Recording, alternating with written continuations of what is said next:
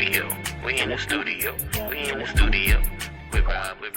What we're gonna talk about today, I got a question, people, that came to me. Who do you love? Somebody asked me, why do black men date outside their race? Simple answer is we date outside our race because we can.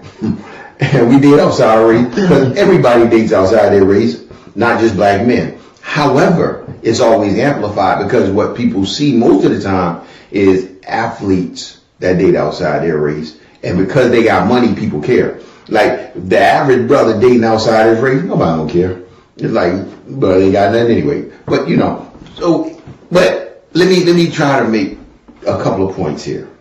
Me personally, I've never dated a white woman. I've dated outside my race, but I've never dated a white woman, and I'm married to a black woman, and that's what I love. That's me. I love black women. However, for brothers that date outside the race, you date who you want to date. If you comfortable with someone outside your race, and that's what you fall in love with, that's on you. You do your thing. That's what you fall in love with? Sir, what? I'm just saying. You know what I'm saying? You taking in the word too late. People they fall in love with who they fall in love with. Oh, okay. Yeah. So you fall in love with who you fall in love with. But me personally, like I said, I stay with the cream of the crop, with black women. But with that said, what I'm saying, I think what happens is, the problem is not who you date or who you marry. The problem is if you decide that, or you want to talk, if you want to talk about why am I doing this? What's my motive? If your motive is because I don't like being challenged, when black women talk back, or they're challenging me, or they're, or you assume that they're not as pretty, or they don't have the best hair, or all this nonsense, that to me is a problem. Because what you're doing is now you're talking about generalizing. Right, and you're talking about a race of people that your mama is probably one of them. Or at least if your mom white and your daddy black, then your daddy's mama is one of them. So you are actually, talking about, what you're talking about, it becomes ignorant. So I would always challenge you to always look at your motives, why you do things. Never date someone or not date someone out of fear. If you're afraid of black people or black women because they this and that, you got a problem as a black man, because you black, bro. Man up. Because what happens, what I found anyway, for me personally, the challenge of a black woman, that the way she could challenge you and drive you to your greatness is unmatched for me. And so I don't shy away from a strong black woman. In fact, I invite it.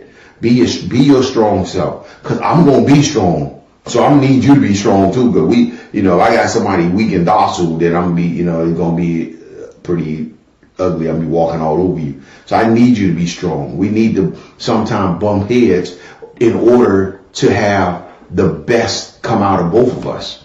So we're gonna challenge each other. But like I said, don't choose someone else outside your race just because, and start thinking, I don't like my race, or I don't like them, or they're not as good as the other people, or something like that. That's nonsense. I want to challenge that wording a little bit. Challenge my wording. I feel like you likened strength to butting heads, and I know you don't mean it, so I know it doesn't have to. One doesn't have to equal the other. They don't have to, but they can. They can, because again, if you got two strong forces, and you're not always going to agree. Agreed. So with those two strong forces, and you don't always, and again, it don't happen all the time, but you're not always going to agree. So you're going to bump heads, but because you're both strong, and again, because you both have the same goal in mind, that strength between the two of you becomes even more powerful when you come to that common ground, even in those things you disagree with. If you're willing to stick it out and go through that debate and argument and look, we're going to figure this thing out together. I don't like what you saying, you don't like what I'm saying, you don't like the way I'm going, I don't like the way you going. But once we figure it all out and we put it together, then it's like, yo, this was beautiful, what we came up with between the two. But if you would have not stood up for yourself or gave your opinion, or if I would have not given my opinion in this struggle, then we would have never got the best out of us. The best of people a lot of times comes through the struggle. But it's nothing wrong with struggle. So I need someone to push me sometimes. I need someone to tell me, yo, you can do better than this. I don't want you to just accept, oh, well, you went to work and you did this. I was fine. You did well, or you pay the bills, but you don't spend no time with your kids. I need you to challenge me. Yo, you need to spend time with the kids too. You don't need to just pay the bills. I don't need you to just do this. I need you to be all that you can be. And I'm going to help you get there because I'm going to challenge you in areas. So we do that to each other. So like I said, I don't have a problem with people dating outside their race. So please don't think that's my issue. I could care less. Doesn't care into. You date whoever you want to date, and whatever make you comfortable. And I think one of the things that people don't realize too, you date, if you grew up if you're a black man and you grew up in a predominantly white neighborhood, went to predominantly white schools, and that's all you know, the odds are you probably gonna date a white girl because that's all you're around.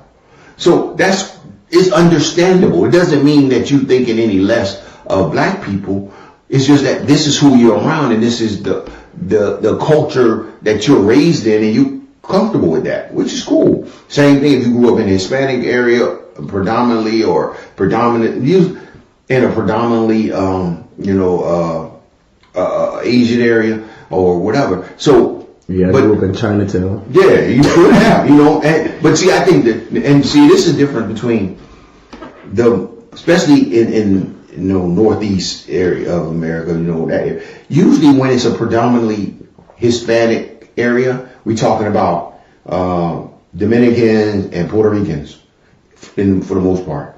So most of them are around black people anyway, and we kind of like assimilate together a little bit differently, as opposed you go to the West Coast, is more of a Mexican population, and so that population, you have some, but it's not, they're more together than, so you would have a different view of that. But with that said, the culture that you're raised with is the one you're going to be comfortable with. So you're going to date outside your race, and that's fine. And again, just don't look down on your race because you're dating somebody else in a different race.